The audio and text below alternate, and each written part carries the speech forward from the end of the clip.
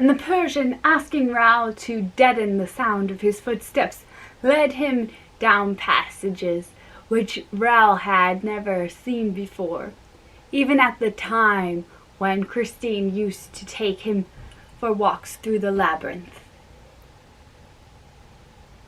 "If only Darius has come," said the Parisian. "Who is Darius?" "Darius, my servant." They were now at the center of the real deserted square, an immersed apartment ill-lit by a small lamp. The Persian stopped Raoul, and in the softest of whispers asked, "What did you say to the commissary?" "I said that Christine Daae's abductor was the angel of music." "Alas, the opera ghost." "And that the real name was—" "Hush!" "And did he believe you?" "No."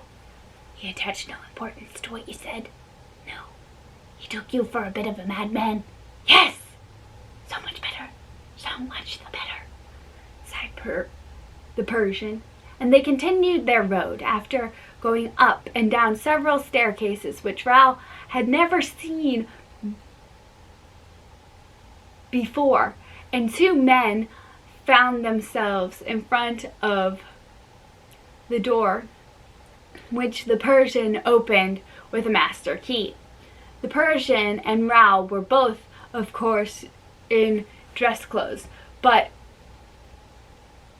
whereas Raoul had a tall hat, the Persian wore the Astrakhan cap, which I have already mentioned.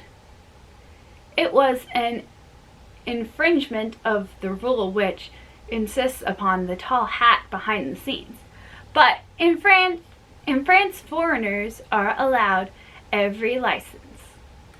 The Englishman his traveling cap, the Persian his cap of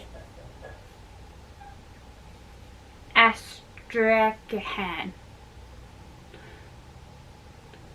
"Sir," said the Persian, "your tall hat will be in your way. You would do well to leave it in your dressing room." "What dressing room?" "Christine Daae's." And the Persian, letting Raoul through the door, which he had just opened, showed him the actress's room opposite. They were at the end of the passage, the whole length of which Raoul had been accustomed to traverse before at knocking Christine's door.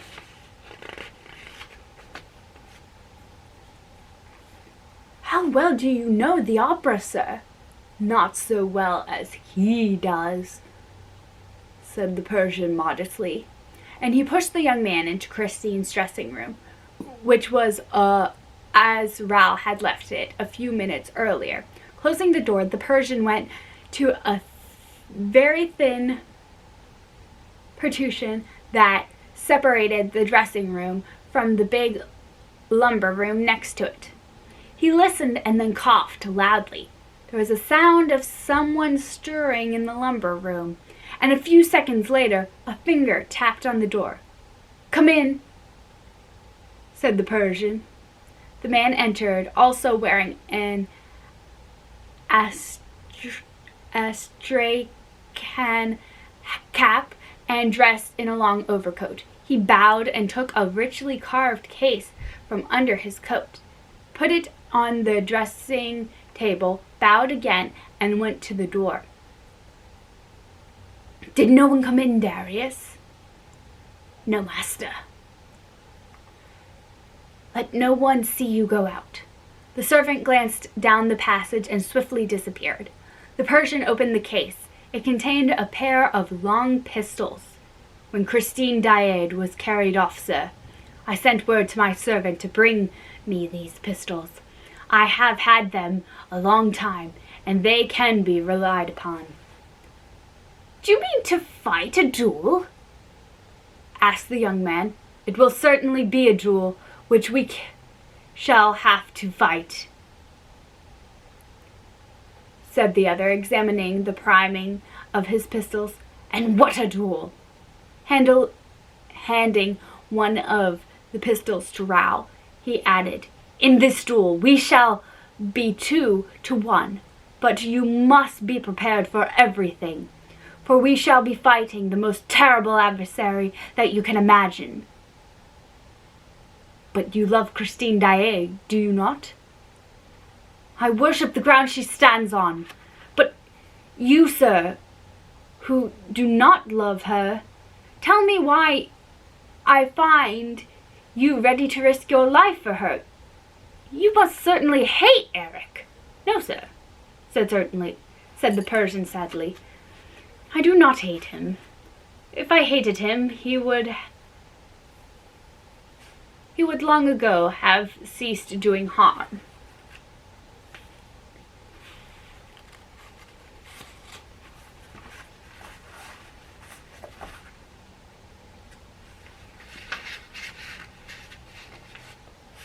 "Has he done you harm?" "I have forgiven him the harm which he has done me." "I do not understand you. You treat him as a monster. You speak of his crime. He has done you harm, and I find in you the same inexplicable pity that drove me to despair when I saw it in Christine." The Persian did not reply. He fetched a stool and set it against the wall, facing the great mirror that filled the whole of the space opposite. Then he climbed onto the stool, and with his nose to the wallpaper seemed to be looking for something. "Ah!" he said, after a long search. "I have it!" And he raised his finger above his head, and he pressed against a corner in the pattern of the paper. Then he turned around and jumped off the stool. "In half a minute," he said, "we shall be on his road." And crossing the whole length of the dressing room, he felt the great mirror. "No, it is not yielding yet," he muttered. "Oh, are we going out by the mirror?" asked Raoul. "Like Christine Daae?" "So you knew that Christine Daae went out by that mirror?" "She did so before my eyes, sir. I was hidden behind the curtain of the inner room, and I saw her vanish, not by the glass, but in the glass." "And what did you do?" "I thought it was an apparition of my senses, a mad dream." "Or some new fancy of the ghosts," chuckled the Persian. "Ha! Monsieur de Chagny," he continued, still with his hand on the mirror, "you would that we had to do with a ghost. We could then leave our pistols in their case. Put down your hat, please. There. And now cover your shirt front as much as you can with your coat, as I am doing. Bring the lapels forward. Turn up the collar. We must make ourselves as invisible as possible." Bearing against the mirror, after a short silence, he said, "It takes some time to release the counterbalance when you press the spring from the inside of the room. It is different when you are behind the wall and can act directly on the counterbalance. When the mirror turns at once and is moved with incredible rapidity." "What counterbalance?" asked Raoul. "Why, the counterbalance that lifts the whole of this wall on to its pivot.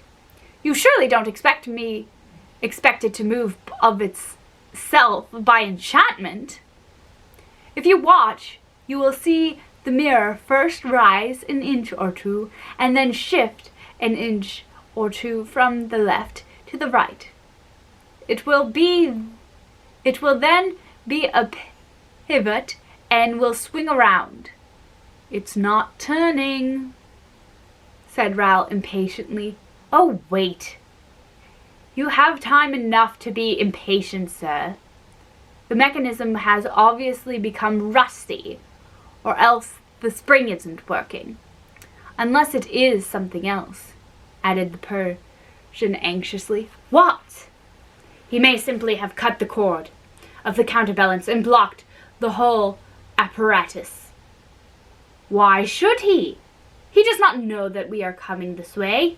I dare say he suspects it, for he knows that I understand the system. It's not turning. And Christine, Sir Christine, the Persian said coldly, we shall do all that is humanly possible to do, but he may stop us at the first step. He commands the walls, the doors, the trapdoors. In my country he was known by a name which means the trapdoor lover. By why do these walls obey him alone? He did not build them. Yes, sir, that is just what he did. Ral looked at him in amazement, but the Persian made a sign to him to be silent and pointed to the glass. There was a sort of shivering reflection. Their image was troubled as in a rippling sheet of water, and then all became stationary again. You see, sir, that it is not turning. Let us take another road. Tonight there is no other, declared the Persian.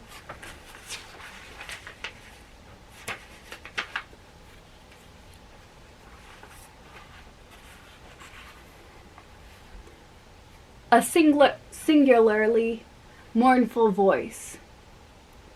And now look out, and be ready to fire. He himself raised his pistol opposite the glass.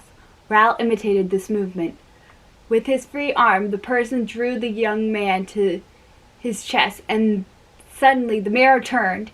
In a blinding daze of crosslights, it turned like one of those revolving doors which have lately been fixed to the entrances of most restaurants. It turned, carrying Ral and the Persian with it, and suddenly hurling them from the full light into the deep darkness. Chapter 20. In the cellars of the opera. Your hand, high, ready to fire, repeated Ral's companion quickly, and the wall behind them, having completed the circle which it described upon itself, closed again, and the two men stood motionless for a moment, holding their breath. At last the Persian decided to make a movement, and Ral heard him slip on his knees and feel for something in the dark with his groping hands. Suddenly the darkness was made visible by a small dark lantern, and Ral instinctively stepped backwards as though to escape the scrutiny of the secret enemy. But he soon perceived that the light belonged to the Persian, whose movements he was so closely observing. The little red disc was turned in every direction, and Ral saw that the floor, the walls, and the ceiling were all formed of planking.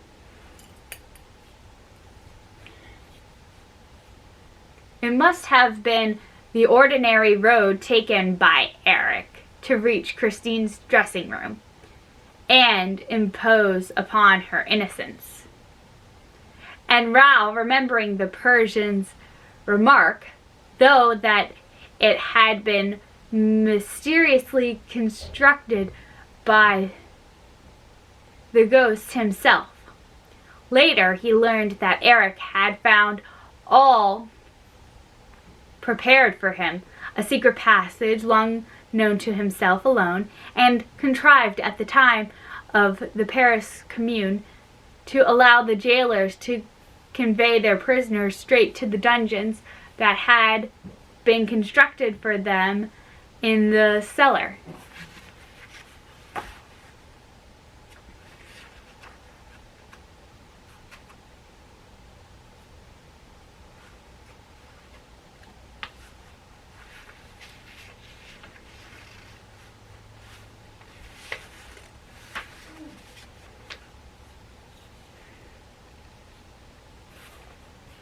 Cellars. For the Faradates had accompanied the Opera House immediately after the 18th of March and had made a starting place right at the top of their Montgolfier balloons, which carried their incendiary proclamations to the departments and a state prison right at the bottom. The Persian went on his knees and put the lantern on the ground. He seemed to be working at the floor, and suddenly he turned off his light. Then Raoul heard a faint click and saw a very pale, luminous square in the floor of the passage. It was as though a window had opened on the opera cellars, which were still lit. Raoul no longer saw the Persian, but he suddenly felt him by his side and heard him whisper, "Follow me, and do all that I do." Raoul turned to the numerous aperture. Then he saw the Persian, who was still on his knees, hang by his hands from the rim of the opening with his pistol between his teeth, and slide into the cellar below. Curiously enough, the Viscount had absolute confidence in the Persian, though he knew nothing about him. His emotion was speaking of the monster struck him as sincere, and if the Persian had cherished any sinister designs against him, he would not have armed him with his own hands. Besides, Raoul must reach Christine at all costs. He therefore went on his knees also and hung from the trap with both hands. "Let go," said a voice, and he dropped into the arms of the Persian, who told him to lie down flat, close to the trapdoor above him, and crouched down beside him. Raoul tried to ask a question, but the Persian's hand was on his mouth, and he heard a voice which he recognized as that of the commissary of the police. Raoul and the Persian were completely hidden behind the wooden partition near them. A small staircase led to a little room in which the commissary appeared to be walking up and down, asking questions. The faint light was just enough to enable Raoul to distinguish the shape of the things around him.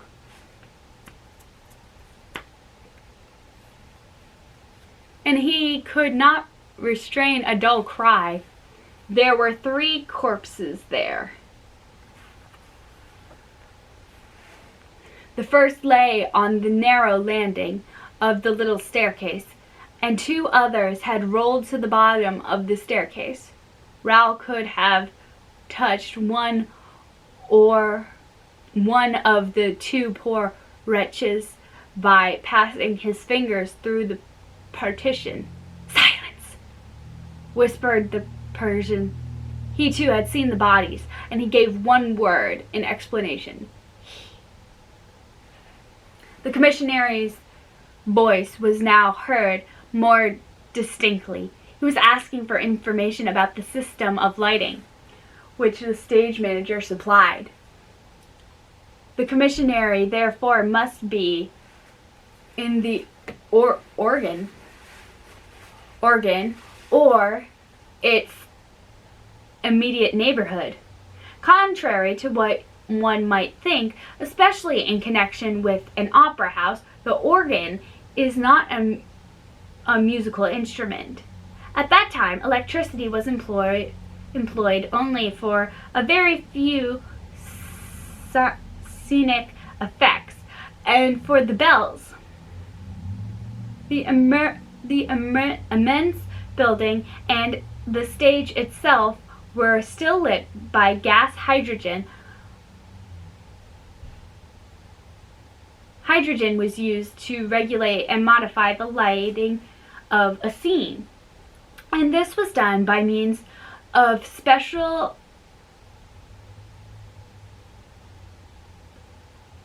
apparatus, which because of the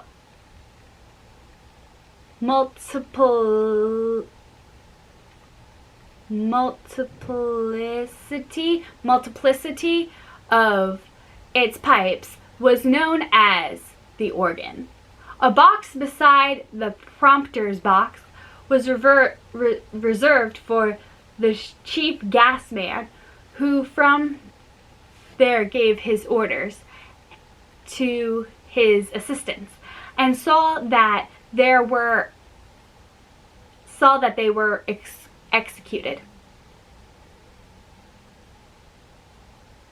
Montclair stayed in his box during all the performances, but now Montclair was not in his box, and his assistants not in their places. "Montclair! Montclair!" The stage manager's voice echoed through the cellars, but Montclair did not reply. I have said that the door opened on the little staircase that led to the second cellar. The commissary pushed it, but it resisted. "I say," he said to the stage manager, "I can't open this door. It is always so difficult." The stage manager forced it open with his shoulder. He saw that at the same time he was pushing a human body, and he could not keep back an exclamation, for he recognized the body at once. "Montclair! Poor devil! He is dead!" But Mr. Commissary Manfred, whom nothing surprised, was stooping over that big body. "No," he said, "he is dead drunk," which is not quite the same thing. "It's the first time, if so," said the stage manager. "Then someone has given him a narcotic, which is quite possible." Manfred went down a few steps and said, "Look!" By the light of a little red lantern at the foot of the stairs, they saw two other bodies. The stage manager recognized Montclair's assistants. Manfred went down and listened to their breathing. "They are sound asleep," he said. "Very curious business. Some person unknown must have interfered with the gas man and his staff. And that person unknown was obviously working on behalf of the kidnapper. But what a funny idea to kidnap a performer on stage. Send for the doctor of the theater, please," said Manfred. And Manfred repeated, "Curious, decidedly curious business." And then he turned to the little room, addressing the people whom Raoul and the Persian were unable to see from where they lay. "What do you say to all this, gentlemen? You are the only ones who have not given your views. And yet you must have an opinion of some sort." Thereupon Raoul and the Persian saw the startled faces of the joined managers appear above the landing, and they heard Moncharming's excited voice. "There are things happening here, Mr. Commissary, which we are unable to explain. and the two faces disappeared.